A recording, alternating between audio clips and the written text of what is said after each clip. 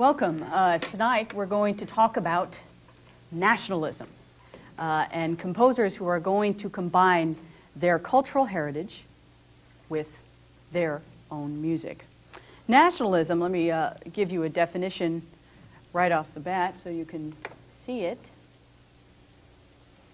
Nationalism is, or nationalistic works, are when composers deliberately gave their works a national identity by adding dances or nationalism or subjects specific to their country, or folk songs, or any other nationalistic material to their works. And during the 19th century, Europeans felt very strongly that their homelands merited loyalty and self-sacrifice. So certainly a good reason for this was, certainly the nationalistic feelings were awakened during the upheavals of the French Revolution and the Napoleonic Wars. And it aroused citizens their sense of national identity. This whole idea the French Revolution was carrying with it, right? This idea of the individual. And certainly this is no shock. We're talking about individual countries here. Patriotic feeling is something we all certainly can comprehend. And so we're going to hear pieces that reflect other countries besides where we've been. Germany, Austria, Italy, where else have we been? England, basically, and France, of course. That's it. Have I talked about the Czech Republic or, Finland or anything like that? Russia, not at all at this point. And so we're going to take a journey this evening into other countries. And that's what makes us so interesting. That's what makes music so interesting, and that's what makes people so interesting. We are not the same.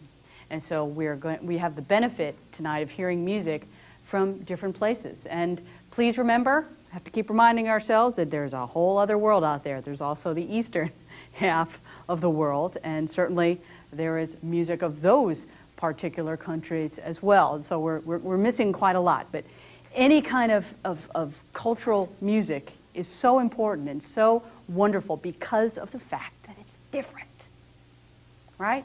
And so that's what we're going to do tonight, some different music. And we're going to start off in Russia. I'm going to start off in Russia. Music from Russia.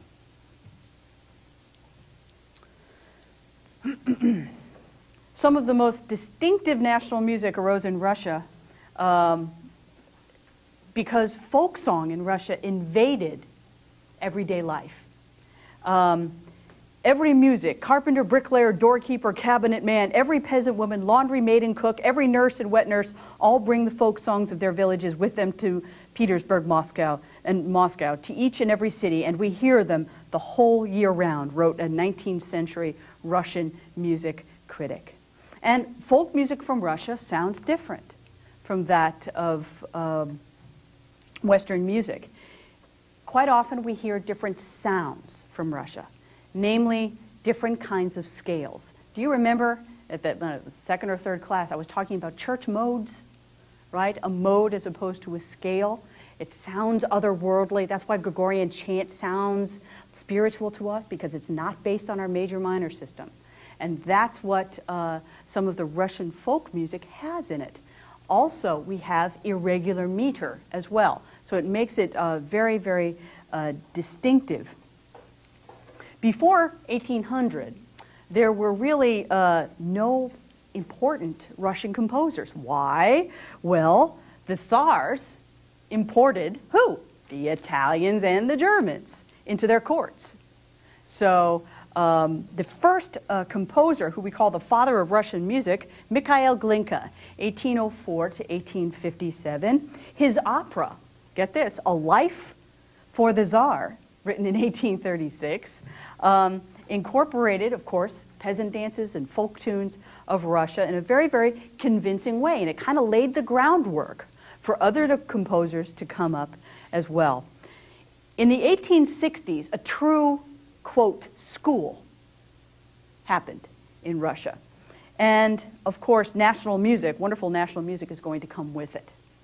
And it is also interesting, as a little side note here, that this decade also saw the entrance of Dostoevsky's Crime and Punishment and Tolstoy's War and Peace. So you have also some very interesting literature of the day as well. 5 young men who we now know as the Russian Five, and I didn't put their dates up here, it's not quite important, but these guys all together, all 5 of them, Balakirev, Cui, Borodin, Rimsky-Korsakov, and Mussorgsky, these 5 guys were really responsible for creating Russian, truly Russian music. They criticized each other's works and asserted the necessity of breaking away from what? The traditional techniques of the Italians and the Germans. I'm saying this over and over again. They wanted their own style. But it's very interesting to note that all of these guys, almost none of them had musical jobs, which I think is interesting. Cui was an army engineer, Borodin a chemist, Nikolai Rimsky-Korsakov a naval officer, and Modest Mussorgsky was a civil servant. Interesting that they all became composers, and they were all quite famous in Russia during this lifetime. So it's up to me to pick for you something for you to listen to. And I think I've chosen, actually it was your book that chose it, but one of my favorite works, so I'm really glad. It's called Pictures at an Exhibition, and it's by Modest Mussorgsky, written in 1874 for piano. Oop. For piano. Wait a minute, you're talking about orchestra music. This piece was originally composed for piano. And then the great French composer, oh my God, Ravel, comes along and orchestrates it for orchestra. And it is one of the most successful pieces of orchestral music in the orchestral repertoire today. Maurice Ravel orchestrated it in 1922. Mussorgsky was the son of a wealthy landowner. He was educated, of course, in the military academy and was an army officer, but he left the army to devote himself to music. So he started a little later in life. And if you notice, we've talked about a lot of composers that are starting later in life, as opposed to Mozart at age 1, right? I mean, you know, so he unfortunately did not have a lot of good times during his life, to put it mildly. He had a lot of financial hardships going on in his life. He was also had severe psychological problems and was also an alcoholic. So he did not have the best of times. He was a competent pianist, but he was pretty much self-taught, was Mussorgsky. And a lot of you know his works. A lot of you know his works. A favorite at Halloween, Night on Bald Mountain, right? Bum bum bim bum ba ra ra ra bum bum bum bum bum. That's Mr. Mussorgsky's. And he is also certainly famous for his opera, Russian opera, in Russian, Boris Godunov, which is a story about Russia that was written in 1874. And in that same year, we have Pictures at an Exhibition. It originated, like I said, as a cycle of piano pieces. He composed these piano pieces, and he dedicated them to his friend who had died, an artist friend of his by the name of Victor Hartmann. Victor Hartmann. And this was a memorial exhibition, okay, that Mussorgsky traveled through and looked at the paintings of Victor Hartmann. And so this is a promenade, if you will, through this art exhibition. And there is a theme that you hear that is actually called promenade. And the promenade has to do with the fact that you're going from one painting and you're promenading to the next painting, you see. So this is a walk through an art gallery, specifically Victor Hartmann's art gallery. Okay? Now, the piece that you have is the last movement of Pictures in an Exhibition, and it is called The Great Gate of Kiev. And I have the actual painting for you. Some of you might have seen this before. This is Victor Hartmann's painting that you're seeing here. And of course, what is that? You know, that is just wonderful Russian architecture, right? And so with that, we must imagine ourselves in Moscow, in the middle of all that grandeur and what it looks like, and we have a painting. And this is Mussorgsky's and Ravel's. We have to give Ravel a lot of credit here because he's the one who did the orchestration of this painting that you just saw. And so this is the Great Gate of Kiev. This is the last movement of Pictures at an Exhibition by one of the members of the Russian Five, Modest Mussorgsky.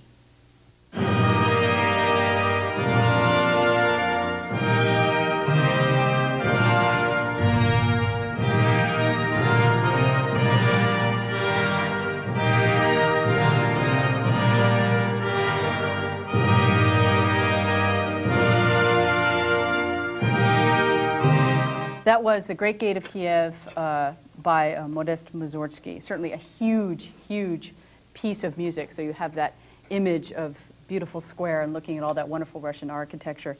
Again, that was certainly dedicated to Victor Hartmann, who, and that's what we were doing. We were walking through an art gallery, and this happened to be the last painting that we see. Mussorgsky, a wonderful composer, member of the Russian Five. Now, the other composer that we all know, we all love, Tchaikovsky, 1840 to 1893. Well, of course you'd say he had to have been a member of the Russian Five, certainly, because I know him the best. Nope. Kind of fought for his independence that way.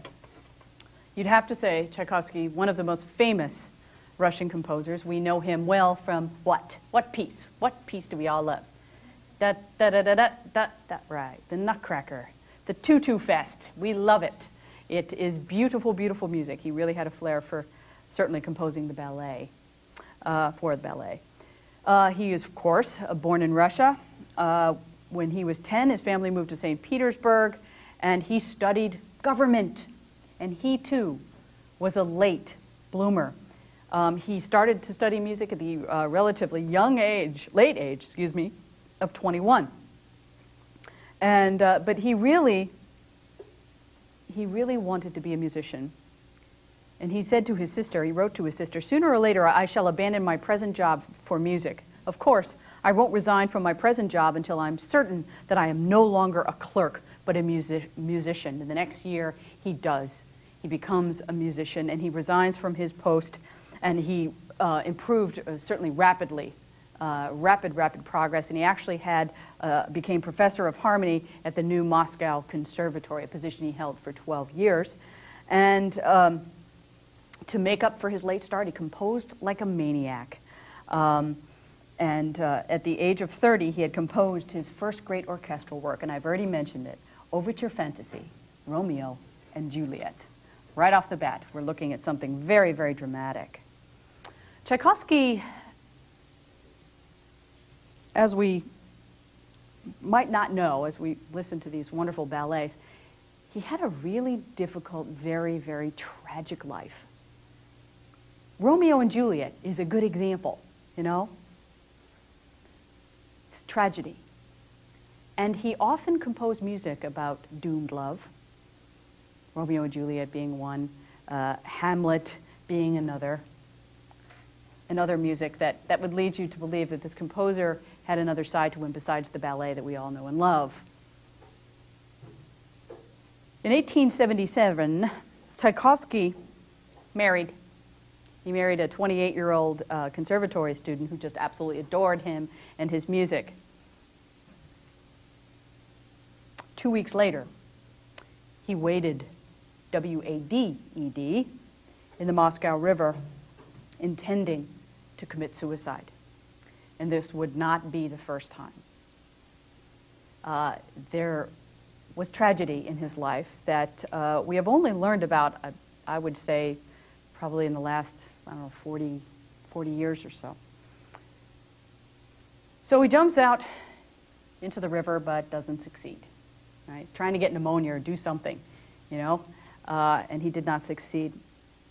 That same year, when this disastrous marriage, and I believe there was also a nervous breakdown in there as well, he met this rich woman. Her name was Najda von Meck, a very rich widow of 46 with 11 children, and she passionately loved Tchaikovsky's music. Tchaikovsky was achieving quite a bit of fame now, even though mentally he is struggling. And he still composed with this struggle his entire life.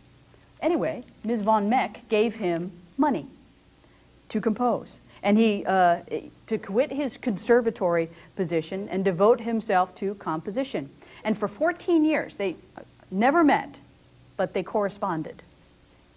She wrote, "To hear you speak in your music and to share your feelings through it. I prefer to think of you from afar."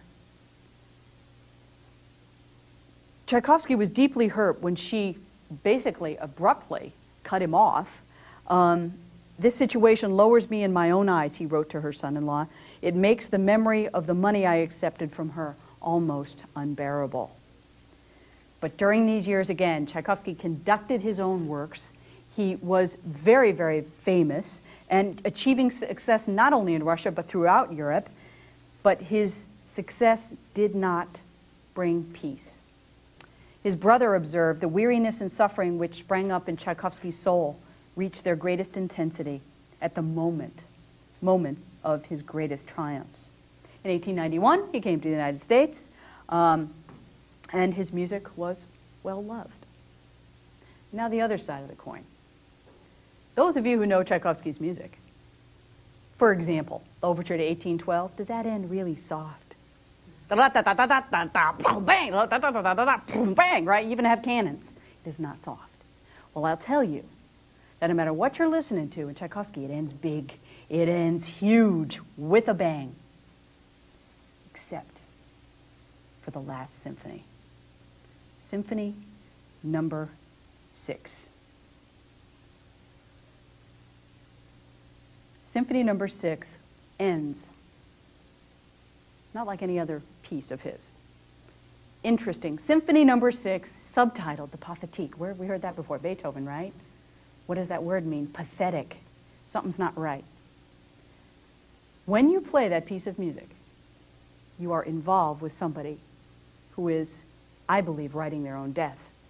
At the end, we have the basses and the basses doing a heartbeat sort of rhythm, bum bum, bum bum, and then the piece just basically floats away. The whole last movement is a slow, painful dirge. What is going on? Because, my friends, 9 days later, after the premiere of Symphony Number 6, 9 days later, he's dead. It's a very, very interesting story. And I have for you, because your book out there, those of you who are reading it, doesn't do much good. So I'm going to tell you what happened at the end. Our Bible, as far as musicians go, is called the Grove, Grove, Dictionary of Music and Musicians. And I am simply going to read to you the end of the Tchaikovsky article. It is not surprising that Tchaikovsky rated the Sixth Symphony as among the most sincere of his works. 9 days later, Tchaikovsky died. That he committed suicide cannot be doubted. But what precipitated this has not been conclusively established. In 1978, the Soviet scholar Alexandra Orlova revealed a narrative dictated to her in 1966 by the aged Alexander Voitov of the Russian Museum in Leningrad. According to this, a member of the Russian aristocracy had written a letter accusing Tchaikovsky of a liaison with his nephew and had entrusted it to Nikolai Jacobi, a high-ranking civil servant, for transmission to the Tsar. Jacobi, like Tchaikovsky, a former pupil of the School of Jurisprudence, feared the dishonor with which This disclosure would tarnish the school uniform. Hastily instituted a court of honor. The court of honor deliberated for 6 hours. The court of honor told Tchaikovsky that the best thing for Tchaikovsky, the best thing for his family, and the best thing for Russia would be that Tchaikovsky kill himself and succeed. So, another mystery we have here, another mystery. He died of cholera. I don't know, I mean, that's what you're going to read. Whether he did that intentionally or something else involved, I don't know. But Tchaikovsky was homosexual. That was the spiritual issue involved with Tchaikovsky. And that is something he struggled with his whole entire life. And so the doomed love, all of it starts to connect. But to think that a jury of your peers would tell you something like that. Symphony Number 6 comes upon us. 9 days later, Tchaikovsky is dead. It is one of the most gripping pieces of music one could ever play and try to survive emotionally. I grew up in the backwoods, filling myself from earliest childhood with the inexplicable beauty of the characteristic traits of Russian folk music. I passionately love the Russian element in all of its manifestations. Tchaikovsky thought of himself as a Russian in the fullest sense of the word. But Russian folk song was only one influence on his art. His style also contains that of French, Italian, and German music. So he was also quite international. They are very Western in tradition. They are big works. They are very, very melodic. If any of you like the Nutcracker, like Swan Lake, like Sleeping Beauty, those beautiful ballets, you're going to love the symphonies because they're going to give you the same thing. They're going to give you that Tchaikovsky melody that can stay with you for the rest of your life. It can change your life, you know? A melody can change your life, something that you have forever. And I would highly recommend any music by Tchaikovsky because it is so melodic and so beautiful. He also composed opera as well, but he is mainly, certainly a composer of great orchestral music. And the piece that I have for you to listen to is, of course, one that you know with the famous tune that's so beat up, the Romeo and Juliet tune. That's Mr. Tchaikovsky's. And this is the Overture Fantasy. It was written in 1869, and Tchaikovsky really did a wonderful job with this piece of music. You hear Romeo and Juliet, the arguments, the kiss, the passion, and the death, but without any acting, without any words. That's genius, my friends, to give us that. And he did so beautifully. And after the concert, we dined. There was a dismal failure at its premiere in 1870. No one said a single word to me about the overture the whole evening, and yet I yearned so for appreciation and kindness. So people didn't take to it. Today, people have that in their CD collection. I highly recommend it.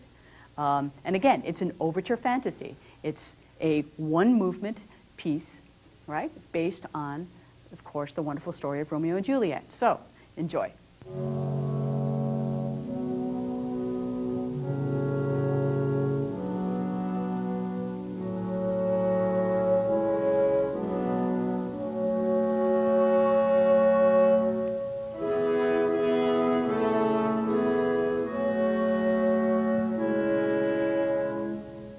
Romeo and Juliet, Overture Fantasy. Does everyone need a cold shower?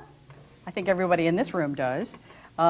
You have the intense white heat of passion in there, as well as all the fighting and the ups and downs. It's really incredible that Tchaikovsky did this with, you know, no words, just music and the pictures in your head. Okay.